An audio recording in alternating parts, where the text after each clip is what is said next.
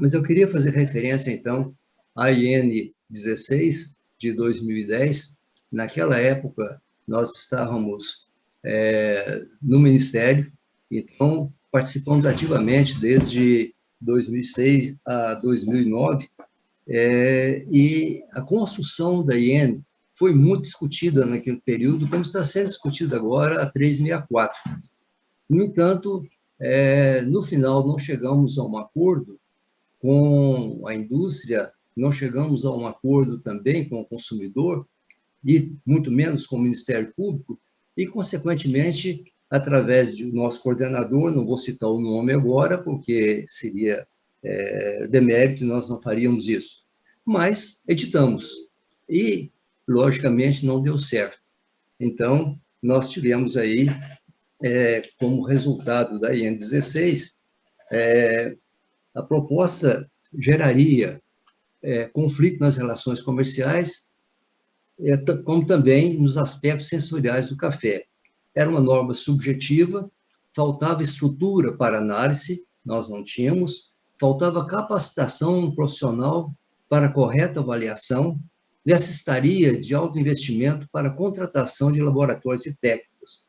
Por isso, ela não foi para frente, ela não se sustentou, em razão pela qual, posteriormente, ela foi postergada por um período, até que, enfim, efetivamente, ela foi excluída.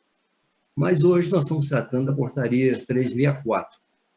E a 364, ela tem propostas que mantêm dispositivos que tratam da análise sensorial, análise de lote por lote, o que inviabiliza a pequena indústria, impacta as pequenas e médias empresas. Elas correspondem a 82,36% do setor. Então, é como nós, na produção, nós temos hoje agricultura familiar, pequenos produtores, até 20 hectares, são 78%. Essa é a realidade da produção. E a realidade da indústria também não é diferente. Então, 18% estão nas grandes indústrias, nas grandes empresas. E 82%, então, são pequenas indústrias, mas que geram considerável geração de emprego, que é fundamental para o nosso país. Cenário importante, que o Brasil, como o maior produtor de café do mundo, o segundo maior consumidor, então, essa equação específica do nosso país, já que somos um dos únicos países produtores que apresenta um elevado consumo doméstico. Sem dúvida, foi colocado agora pelo nosso digno representante do Ministério Público com relação ao consumo de café no Brasil. Nós arredondamos aí para 6 quilos, mas é isso, né, que nós consumimos, e, sem dúvida, é uma bebida muito apreciada. Então, esse cenário ele é altamente importante para a renda dos envolvidos na cadeia café, não sendo um modelo a ser seguido pelos demais países produtores, o que nós lamentamos, porque o alto consumo de café no mercado interno, ele traz como consequência a geração de emprego e renda. Isso, para nós, é de extrema importância, e veja por que é tão sensível quando se trata da produção de café, onde nós geramos 8,4 milhões de empregos, somos 330 mil produtores, estamos em 1.958 municípios desse país, e aí, onde existe a produção de café, o IDH é o mais elevado. Então, é uma cultura extremamente social e de muita importância para nós no país. Mas qual é a visão da produção?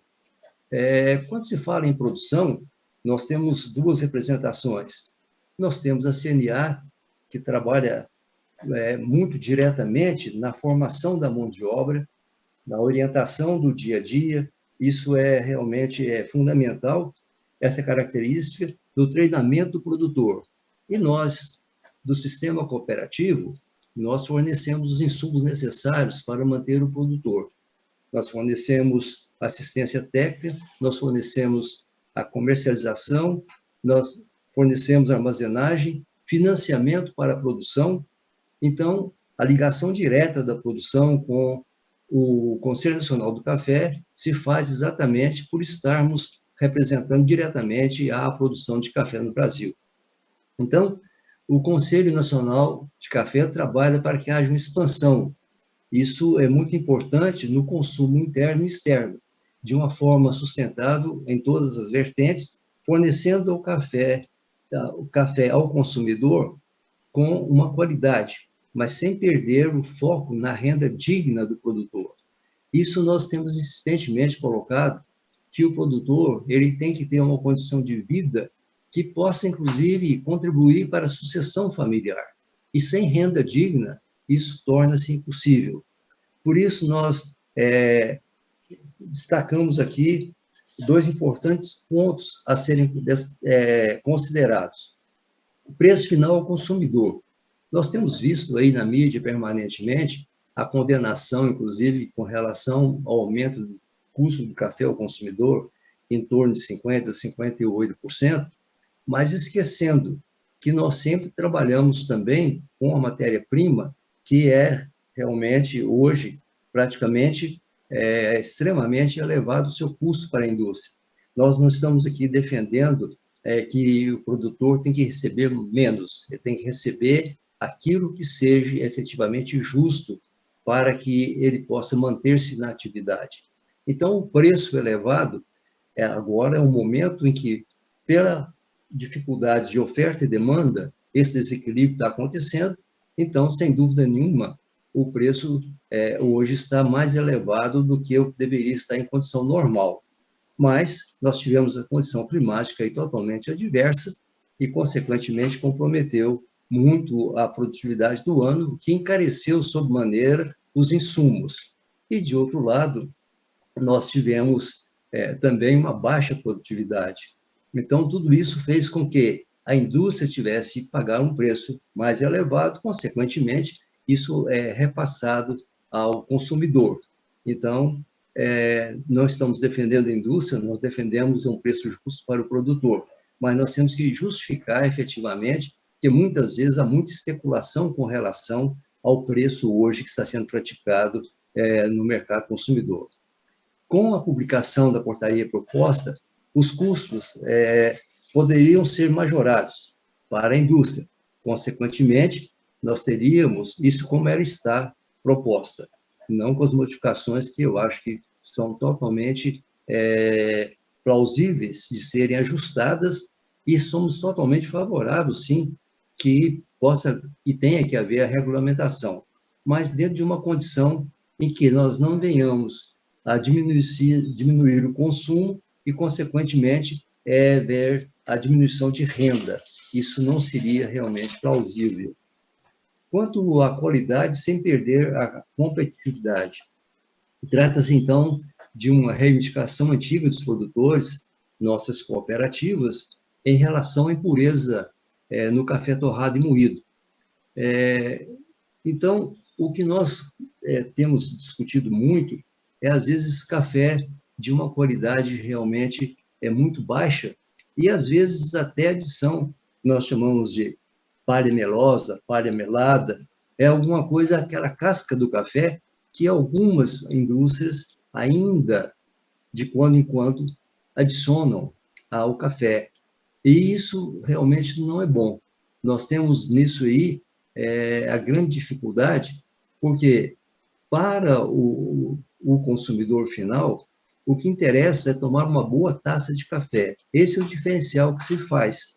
E isso é que faz com que haja aumento do consumo. Mas, por outro lado, a indústria, a BIC, tem trabalhado muito no selo de pureza, e isso faz um diferencial realmente extraordinário, esse trabalho que foi implementado, que melhorou sobremaneira a qualidade do café consumido aqui no nosso país.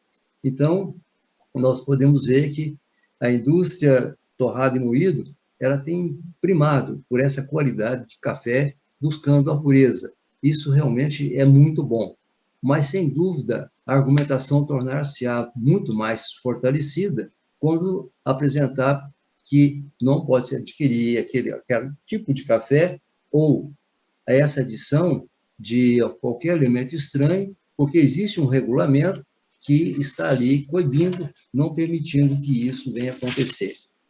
Bom, as considerações sobre a 364, já quase que encerrando, nós temos que ter o cuidado com essas ações e regulamentações que onerem o processo produtivo. Isso realmente é uma grande preocupação, porque onerando vai gerar mais custos. E esses custos chegarão onde? Sem dúvida, ao consumidor final. Então, nós temos que ter muito cuidado para que seja introduzido aquilo que é necessário. E aí, eu gostaria de falar sobre a questão da rotulagem, que eu tenho visto com frequência, e agora acabei de ouvir pelo nosso digno representante do Ministério Público, eu acho a identificação se é café arábica ou se é canéfora, canéfora é café conilon, que nós colocamos, né? E esse café, que tradicionalmente é produzido no Brasil, e hoje em larga escala, e é um café, sem dúvida nenhuma, de excelente qualidade, tem um pouco mais de cafeína, sem dúvida nenhuma, mas você colocar na rotulagem essa identificação do que contém de canéfora e que contém de arábica, isso não tem dúvida nenhuma. Mas você colocar o blend do café, isso estaria realmente extrapolando o dia a dia. Primeiro, a indústria, ela que fornece o blend de acordo com o mercado que ela trabalha. Nós sabemos perfeitamente que existem gostos para um tipo de café e para outro tipo de café. Tem aquele que gosta mais do café canéfora, robusta ou conilon, aonde efetivamente ele fala que é um café mais encorpado, mais forte. Existe aquele que gosta do café arábica, que tem, sem dúvida, contém menos cafeína e, sem dúvida nenhuma, ele não tem aquela tonalidade que tem quando há uma concentração maior do café canéfora. Então, a indústria colocar o seu blend, nós não achamos justo, porque isso é um trabalho que se faz dentro dos seus laboratórios para agradar realmente o consumidor, fazer com que ele sinta realmente gratificado com aquele café que ele está tomando. Mas a identificação, sim, se é robusta ou se é canéfora, isso, sem dúvida, seria essencial. Nós temos que ter muito cuidado com relação a isso, porque nós temos uma facilidade muito grande da indústria de multa. Isso é uma coisa normal que acontece no nosso país. Então, tem que ter cuidado com relação ao regulamento que deverá ser aprovado e é necessário, mas que possa ser aquilo que venha atender a qualidade do produto que vai chegar ao consumidor, que não comprometa a sua saúde, isso é fundamental, e, acima de tudo, que possa haver o tempo necessário para o processo educativo. É muito importante esse processo educativo, a divulgação de como será a regulamentação do café torrado e moído, para que a gente não venha amanhã a ser surpreendido, então, com multas que poderão advir caso efetivamente não chegue a um esclarecimento que seja mais aberto, para que o consumidor não venha fazer tanta denúncia, porque sempre existe permanentemente aqueles que gostam de fazer denúncias, parece que vivem só preocupados em isso, mas não no aperfeiçoamento, na metodologia, na forma de fazer com que nós possamos nos aperfeiçoar a cada dia. E eu confio e acredito muito nessa proposta que foi feita pelo nosso governo do autocontrole. Eu acho que o autocontrole, de forma eficiente, é extraordinário. E ele vai facilitar sobremaneira para que haja essa verificação e uma manutenção de qualidade do café ofertado no mercado. Portanto, eu creio que é muito oportuna, sem dúvida, essa audiência pública sendo realizada hoje. Ela vai trazer vários esclarecimentos. Gostei muito da exposição que foi feita aí pelo nosso pessoal do DIPOV, e queria agradecer ao secretário José Guilherme pela abertura que ele dá permanentemente para a discussão dessas matérias. É extraordinário quando a gente vê a preocupação do Dr. Glauco, Dr. Hugo e a abertura para conversarmos. Sem dúvida nenhuma, com a orientação firme que nós temos da nossa ministra Tereza Cristina, que é uma mulher que nós temos que realmente respeitar, admirar sua inteligência, capacidade e sua forma amena de colocar o dia a dia.